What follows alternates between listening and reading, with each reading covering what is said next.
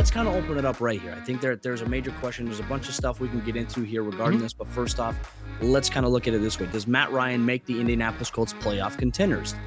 Well, Tommy, what is the big-time trade that just happened here? Well, it is the Atlanta Falcons trading away former franchise quarterback Matt Ryan to the Indianapolis Colts. This was a little bit of a surprising move. I don't think out of all the times we've talked about in the last couple of days, especially with like all the dominoes falling, I don't think we ever thought about Matt Ryan to Indy in particular. But here it is. This is the reality for 2022. It is, and to me, it just seems like all the teams that kind of initially missed out on Deshaun Watson are all kind of all of a sudden back in the quarterback market. We originally pegged, Baker Mayfield to go to the Indianapolis Colts. All of a sudden, they went to somewhere else. What kind of makes me wonder, like, we've sat back and wonder, like, why were the Indianapolis Colts not spending so much in free agency? You entered with the most amount of cap space of any team.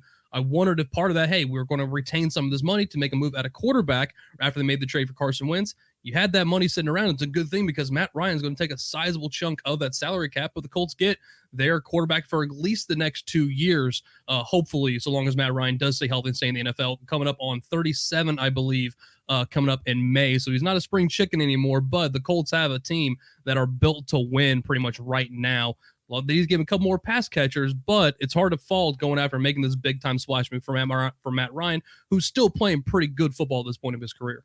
Could we see Julio Jones end up in Indianapolis in a reunion with Matty Ice? I mean, that's something right now that kind of makes a little bit too much sense right now. They got the money to pay him. And look, he wants to maybe face his former team that cut him after just 1 year in the Tennessee Titans 2 times per season. Now, granted, he's got to stay healthy, but man, the storyline's right itself for this NFL offseason. Matt Ryan, though, intriguing enough as is. There was a favorite memory I had of him last season against the Buffalo Bills in a snow game. Ironically enough, Brian, if you could pull up our image again, this is the game we're talking about here. In the snow, remember, he slid, and I think he got a penalty. Like, he scored a touchdown, taunted, and then they called it back due to, like, some penalty, and then they backed him up 15 yards due to there being some sort of, I think, unsportsmanlike conduct penalty. Major happy birthday shout-out here real quick to Brandon Olivier here in the chat. Hey, happy 18th birthday, my friend.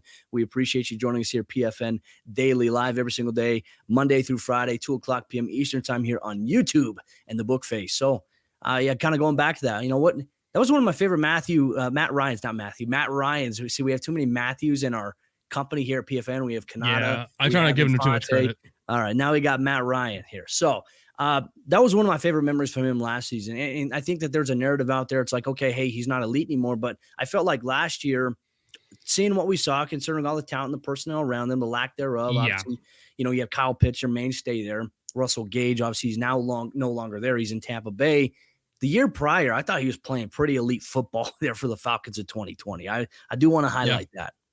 I mean, he had over 400 completions. They kept throwing the ball just all over the field back there in 2020. Like, had almost 630 passing attempts, over 4,500 yards. And look back over his career, he had over 4,000 yards from 2011 all the way through 2020. So consistently one of the top tier performers because they love to just go vertical with his offense. They always had the players to do. When you had someone like Julio Jones on your team, made things pretty easy. Go back even before that. When he had Roddy White, he was throwing the ball too.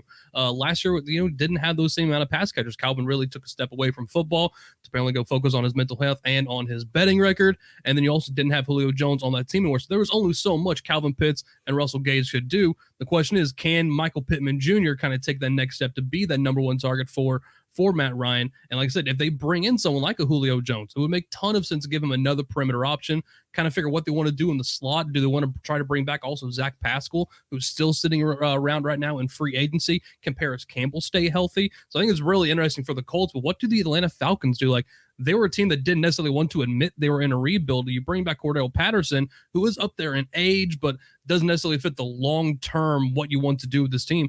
Where do they go to now? Because I don't think you want to try to trust Felipe Franks to be your quarterback of the future on this team. So they look towards the draft. Do you try to go back towards free agency? Do you try to make a trade? I'm not entirely sure what the Atlanta Falcons now try to do.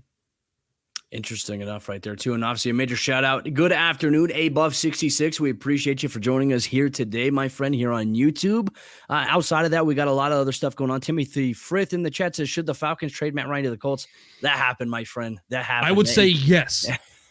And I think it's all it took was a third-round pick, too. So interesting enough right there. So let's kind of open it up right here. I think there's a major question. There's a bunch of stuff we can get into here regarding this. But first off, let's kind of look at it this way. Does Matt Ryan make the Indianapolis Colts playoff contenders? Now, I think as we look at the AFC get stronger and stronger, we look at the AFC West, looking at the AFC South in particular here, you can make the argument, okay, hey, it's really between the Colts and the Titans. But the favorite right now, and the favorite has been for the last couple of years, has always been the Tennessee Titans with the roster that they have and the talent that they have put together there. Now you almost kind of see this equilibrium shift maybe inside the AFC South that, hey, okay, maybe it might be a little bit of a coin flip now in those divisions. However, as you mentioned, the Colts need to add more wide receiver depth. Mo Alley Cox re-signed at tight end. In my opinion, they need to sign another tight end at least, or they need to look in this year's NFL draft to do it. But they have the defense there. The question is Matt Ryan the guy? Because now they're also teetering on the line where it might make Darius Leonard very unhappy. He just tweeted out, I'm about to have 5 quarterbacks in my 5 years here in Indy. Well, if it's only a 1-year experiment, then he's going to be prepared to have 6 quarterbacks in 6 years, which the optics that I know, Chris Ballard gets a lot of praise. But man, and he should, rightfully so, though. Like he has been, the Colts have been one of the best run teams since he took over.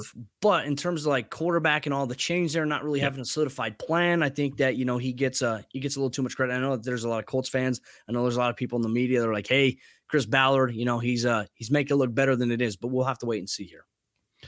Yeah, to me, like I said, it's absolutely going to come down to a coin flip between them and Tennessee. Both sides have been making moves. I think we've been wanting to see the Colts finally do something. This is their splash play. And now how do you build out the rest of the team to try to compete with Tennessee, who has been kind of running roughshod along this division, especially last year when they ended up getting that number 1 seed for quite some time. If it wasn't for Derrick Henry getting hurt, it's who knows where they actually could have been their final record over that year. But this is a team that has really kind of taken they become very much a vision of what Mike Vrabel wants them to be, which is a very physical team, very in your face, go and really just pound you up the middle for 4 quarters throughout the game.